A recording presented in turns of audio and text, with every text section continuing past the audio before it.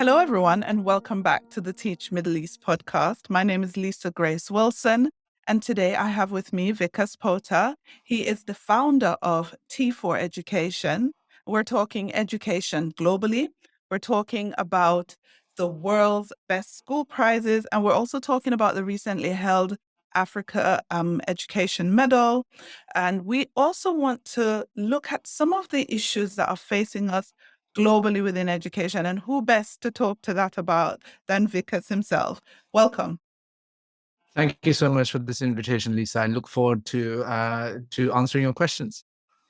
And talking to me, not just answering my questions. I'm not going to interrogate you, Vikas. I'm really here for us to chat and for us to really unpack some of these big issues. Some of them are huge, and then probably, we can't do them justice, but we're going to give it our best shot. For those who don't know Vikas, can you give us a brief intro of yourself? Sure. My name is Vikas. I'm the founder and CEO of T4 Education, which I gave birth to at the beginning of the pandemic. And we can talk a lot more about that. But prior to that, I ran a large philanthropic foundation that focused on teachers in specific globally, and to think about how we build the capacity and the status of teachers. And through those experiences, I came into contact with and worked with a number of governments around the world to look at education reform. And that is what informs my worldview today. Brilliant. I remember you from your work with your previous employer. And I think one of the things that stuck out with me is the emphasis that you placed on teachers. When everybody else talks about policy and everybody else talks about the bigger picture, I always wondered why no one focused on the people at the chalk face. No one focused on the people who are actually doing the work. And that is what stuck out for me when you worked with your previous employer and also when you started T4. And I thought, yes, here is somebody who's actually understanding that if you want to change education, you have to work with the people who are doing the work.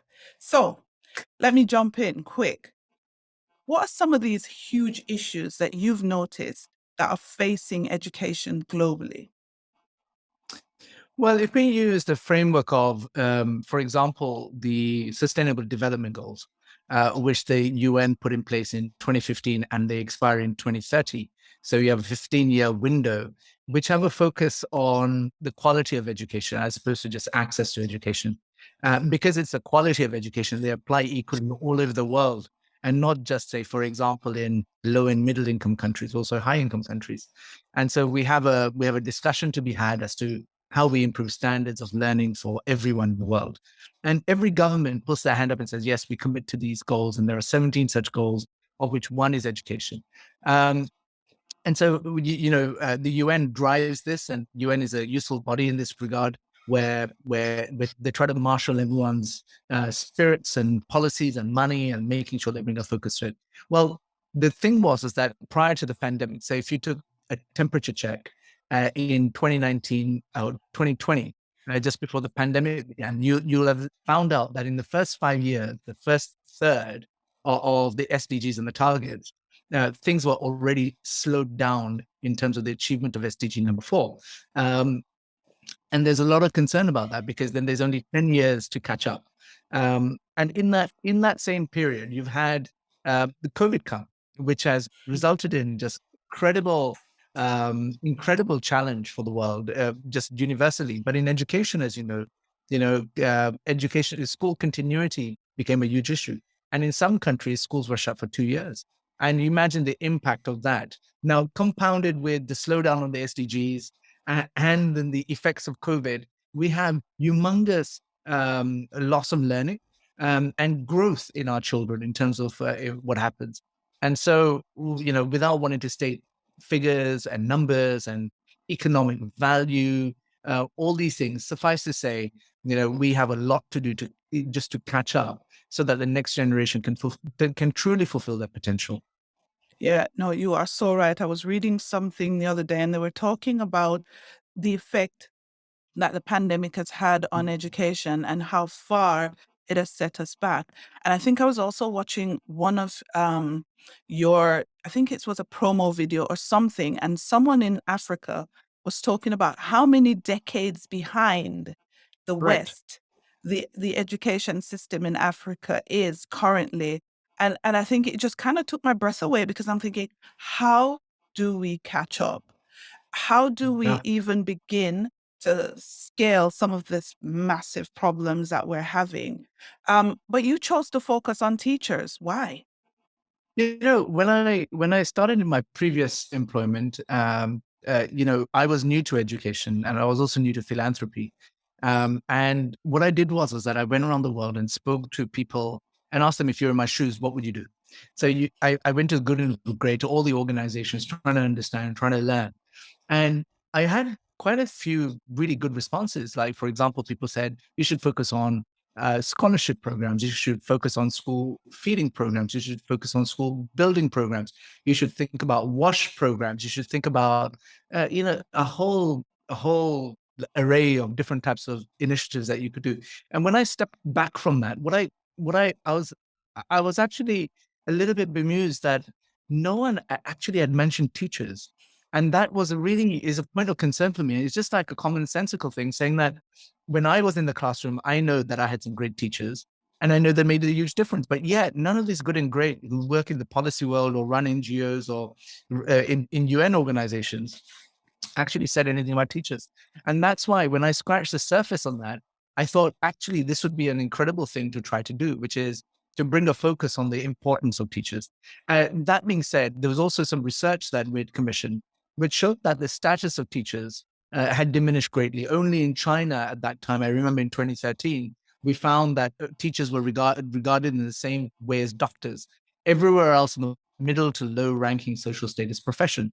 And that has massive implications when you try to the best and the brightest of the next generation consider teaching as a profession, and well, the general society doesn't hold teachers in high regard. That's a huge problem. So I decided to focus on these issues because I think they are important. And we have a recruitment and retention crisis in most parts of the world when it comes to teachers. And unless we address these kinds of challenges, I don't think we will make progress.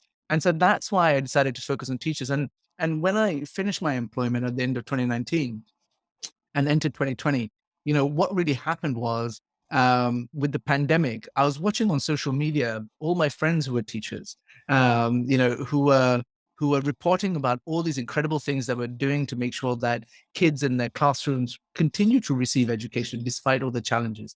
And at that point, I thought best to actually bring them up onto a Zoom call and have a conversation with them just to check in, saying how you were. And after all, I had supported these teachers for a long time, and it was a natural thing to do. So I expected 30 or 40 to show up to this Zoom call. I was delighted that 230 came. And in that conversation, what I got to understand, whether it was teachers from Australia at one end of the world, or teachers from Chile from another part of the world, and everything in between, they're all asking the same question, which was around what does this mean for us as teachers? And to be honest, no one was really trying to help them. So it's at that point I decided that actually we should try and help teachers through this period. And I just put out this notion saying, okay, let's meet in a month's time. Let's focus on a few things to talk about what the new normal for teachers will be.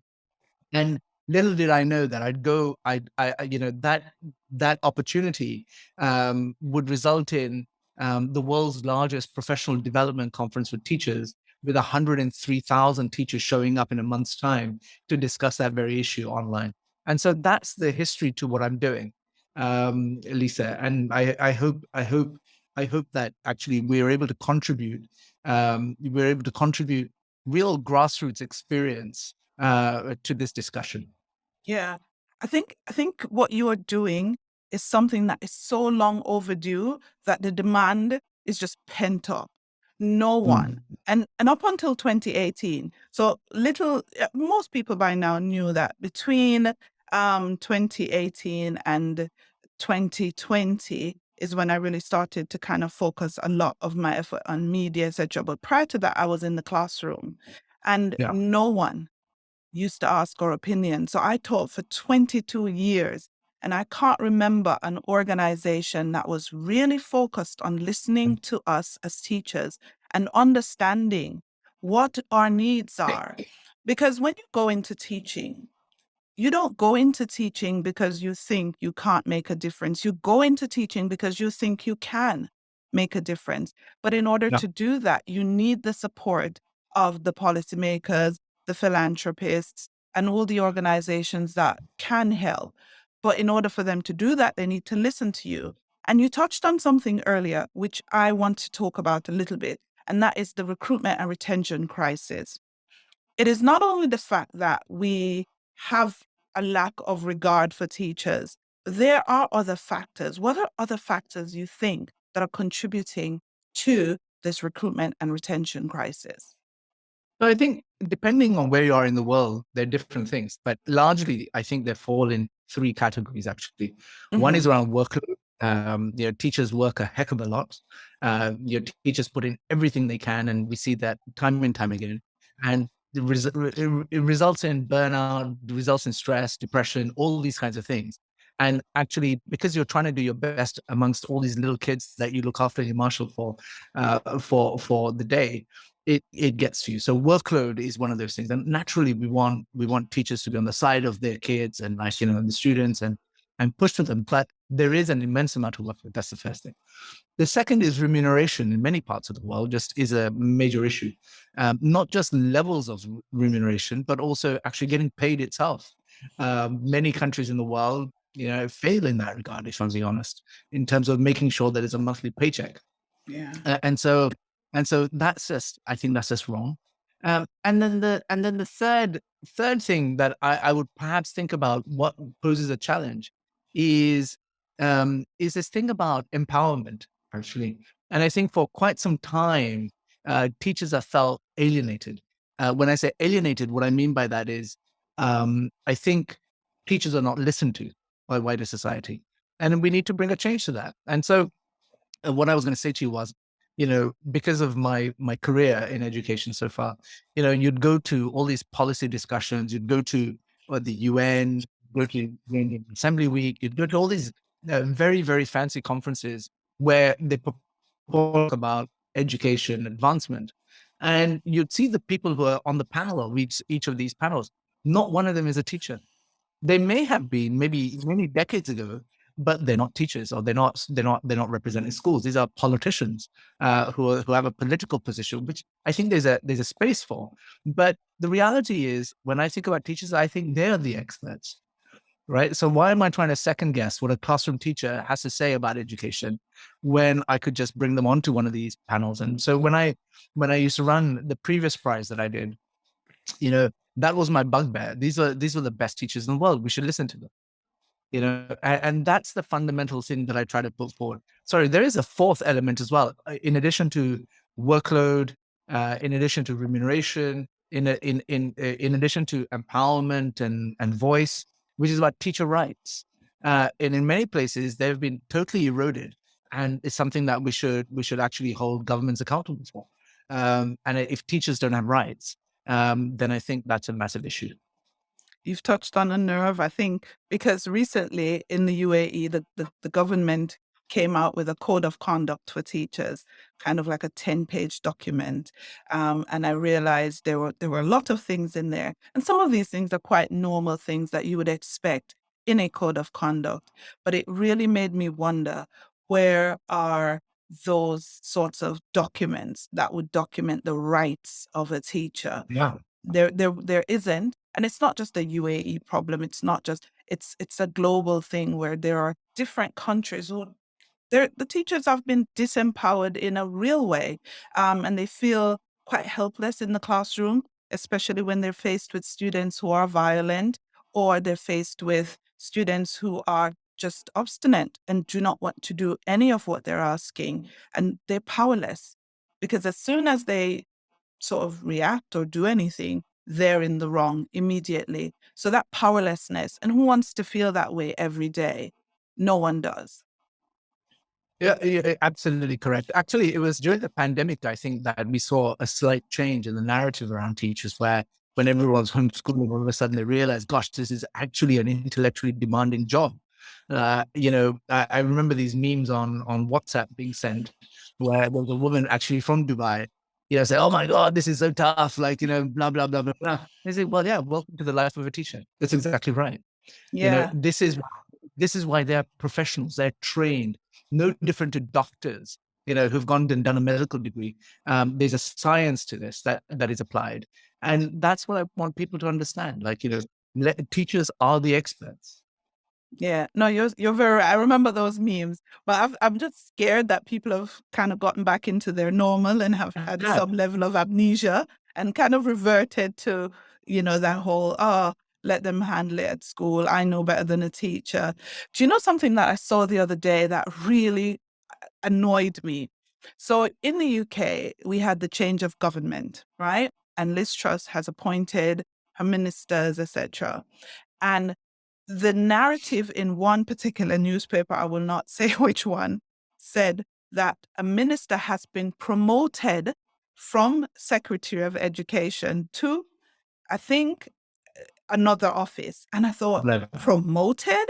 So being the Secretary of Education is lower than maybe being the Chancellor or the Foreign Secretary. That is the problem. No, no, absolutely, sir. And I've done a lot of work on this as well, as you can imagine, where, the reality is that no one really wants to be an education secretary. No one really wants to be an education minister. And the reason is very simple. As a politician, you think of it from this perspective, saying that your elections in 5 years' time, the results from an education turnaround or reform are not going to be visible for another 10, 15 years.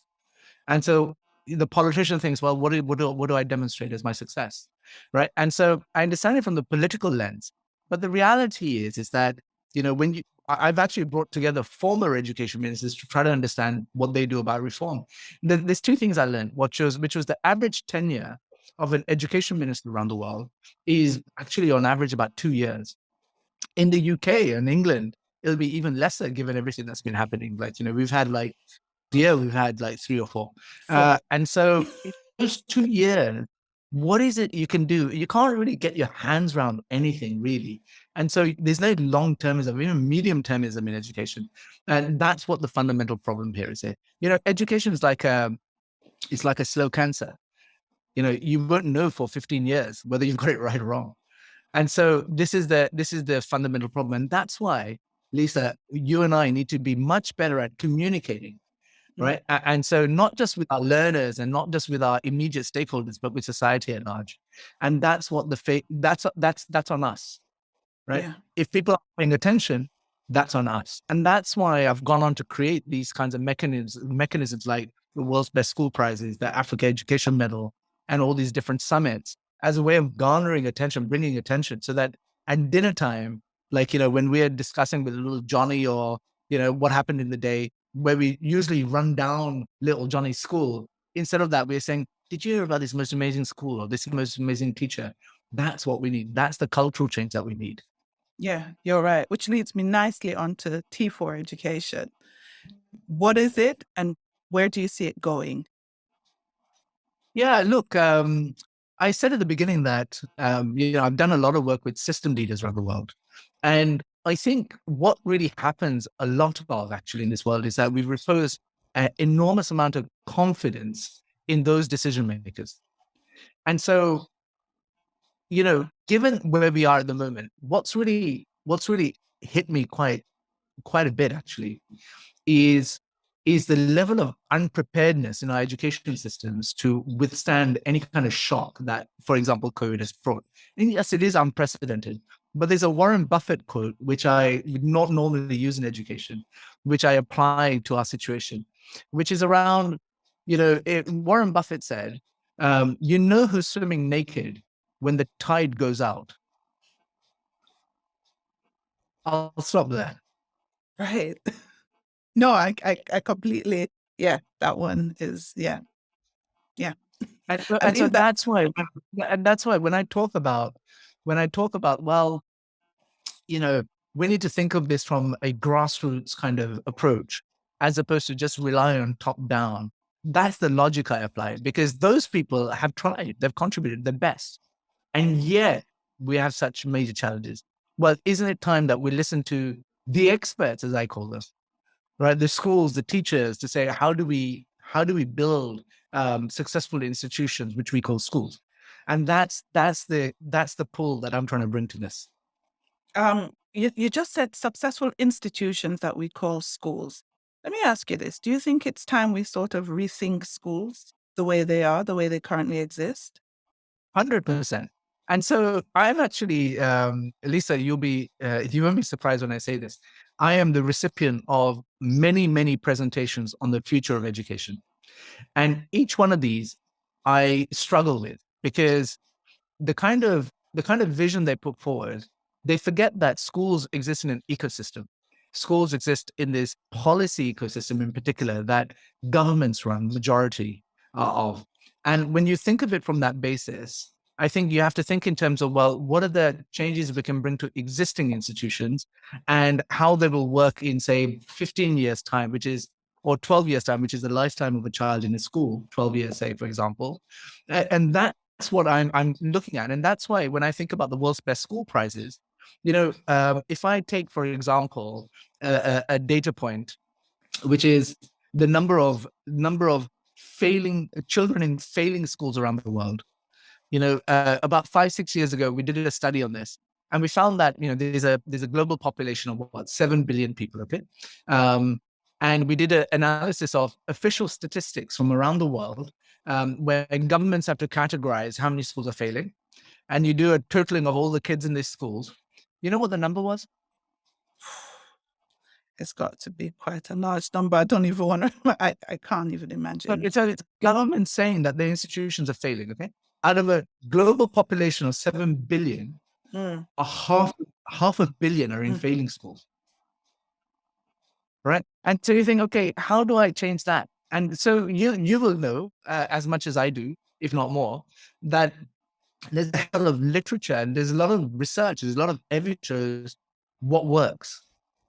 Yeah. How do we apply that so that these half a billion children's schools go to schools that can do the basic minimum to make sure that they get a really good education? And so that's what the school prizes are. The world's best school prizes are not about grades. They're about 5 school improvement strategies. Think of it like that. So we know that the evidence says if you're a school that knows how to collaborate effectively with your community, you'll do better than everyone else. Schools that are innovative to the core do better than others. Schools that prioritize empowerment of young people and tackling things like environmental action that do better than than others. Schools that prioritize healthy living do better than those that don't. And then schools that know how to build resilience and overcome adversity, just do better. And so these 5 categories of the world's best school prizes are trying to surface expertise from around the world that resides in these schools as a way of democratizing access to such information and this expertise so that other schools can learn. And that's what the purpose of the world's best school prizes is. Yes, of course, it's fancy. Yes, some schools win some money, but you're trying to build a movement of schools that are interested in their own development, but on the basis of what other schools are doing. Yeah. And I think also when it comes to showcasing good practice, once the light is Yes. shone on it, it makes it easier to replicate. It's that multiplying effect. It's that idea that if they can do it, then we could do something either like it or similar that suits our context with the aim of improving. So I'm loving that. And we're going to talk a little bit more about that and where we are with the best schools prizes and how that's unfolding in this month actually. But I want to go back to the Africa Education Medal because that's near and dear to my heart. My husband's African. I tell my kids you are half African, quarter Jamaican, a quarter British. They're like confused. But just tell us, what is the Africa Education Medal? What is the ethos behind it? And really, I was happy to witness the unfolding of it, and I'd love to learn more. Thank you. Where is your husband from in Africa? Zambia. Wonderful. So I was born in Kenya. And Okay. so I'm a proud African myself. And so, Africa is akin to ground zero when it comes to the SDGs. The world will miss its target if Africa misses its target. Right. And so we have to work with a sense of urgency. And there's a narrative out there that says it's impossible, especially in Africa, it's impossible.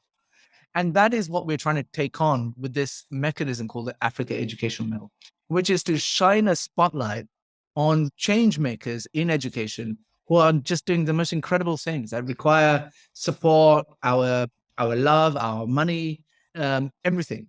And so it's a mechanism to surface stories of excellence, and to find ways of actually not just shining a spotlight, but to support these individuals. So we went through a process of highlighting a top 10 in the continent in sub-Saharan Africa, and then we unveiled the winner of the prize earlier this week, who is Professor Mamoketi Pakeng, who is the vice chancellor of the University of Cape Town, a very accomplished leader in her own right. And the hope is that her message is around the empowerment of women, the necessity to get women into postgraduate qualifications. But more than anything else, her story is one where she learned under a tree to becoming the vice chancellor of the most prominent university in Africa, and it's something that we should all be inspired by. And that's the change that we want. And so that's very much how we see the importance of the Africa Education Medal. Yeah, I really want to shout big up to Professor Mamaketi, because her focus as well on STEM and maths Yes. is brilliant. Because oftentimes it's not a matter of not having the ability. It's a matter of not having the support and the access. And our students in Africa can excel and can go far beyond even their own expectations if they're given the support. So really well done on that. And I also love the fact that you didn't go at it from highlighting the need. You went and highlighted the excellence, and that is what we need more of. So I kudos to you guys on that. Thank you so much. And again, we had the support of the large tech companies in this case here, who like HP is our founding partner, and then Intel and Microsoft are strategic partners. But again, kudos to them for tipping the hat into the ring, as it were, and saying we want to support something like this, because I think that's important. I think it is. We can talk about technology a little bit, and when you look at the crisis that we have at the moment in education, I think technology has the ability to actually make us think differently. That's for sure. And if it resides in these large tech companies or in startups, we should listen to them as well, because so far everything that's been tried has failed. And so we have to think about new ways of considering not only how we catch up, but how we help our young people fulfill their potential. Yeah, definitely. Definitely. World's Best Schools Prizes. Yeah. Thank you for allowing me to be a judge on that. I'm really, really honored to be a part of the panel. And I'm excited. I'm excited to discover the top schools. I'm excited for the public vote. When can we expect that? What can we expect? Well, thanks a lot, Lisa, for agreeing to be a judge on the World's Best School Prizes. We on the 10th of June, actually, we published the list of the top 10 schools for each of the 5 categories, so 50 schools. And we've been astounded with the level of support we had at that point for these 50 schools, and the excitement and the energy that comes from that. We had a call actually with some of the schools recently, and they were saying things like, how in the community that they're in, like all of a sudden the level of support for them has literally shot through the roof as a result of just the love, the media coverage, the noise, the prominence that's provided to them, the platform that's provided to them. And so that's really encouraging. So the next step is on the 22nd of September, we unveil our top 3 schools for each category. So there's 15 schools. And what we want to encourage each and every single person who listens to this podcast is from the 22nd of October till the 2nd of November, you have the opportunity and ability to help influence our judging academy by taking part in our advisory public vote and actually sharing these videos that we have made for each one of these schools and sharing them widely. And so that the purpose is quite simply so that we know that change is possible. We know that new ideas can come to your school as a result of them watching these 3-minute videos from schools from around the world, some of the world's best schools. And then subsequent to that, the 22nd of October, the advisory public vote, from the 17th of October till for that week, the 22nd of October, we host something called World Education Week, where all 50 schools will each host an event that talks about how they've developed their expertise in that particular area, that every educator in the world should see as amazing professional development, and show up and actually participate and have an opportunity to ask questions to the school the school's event that they're attending. And I think these are the really important things. But on the middle of that week, on the 19th of October, we actually have our winning ceremony, which is online. And we will decide which 5 schools each receive $50,000 for the world's best school prizes.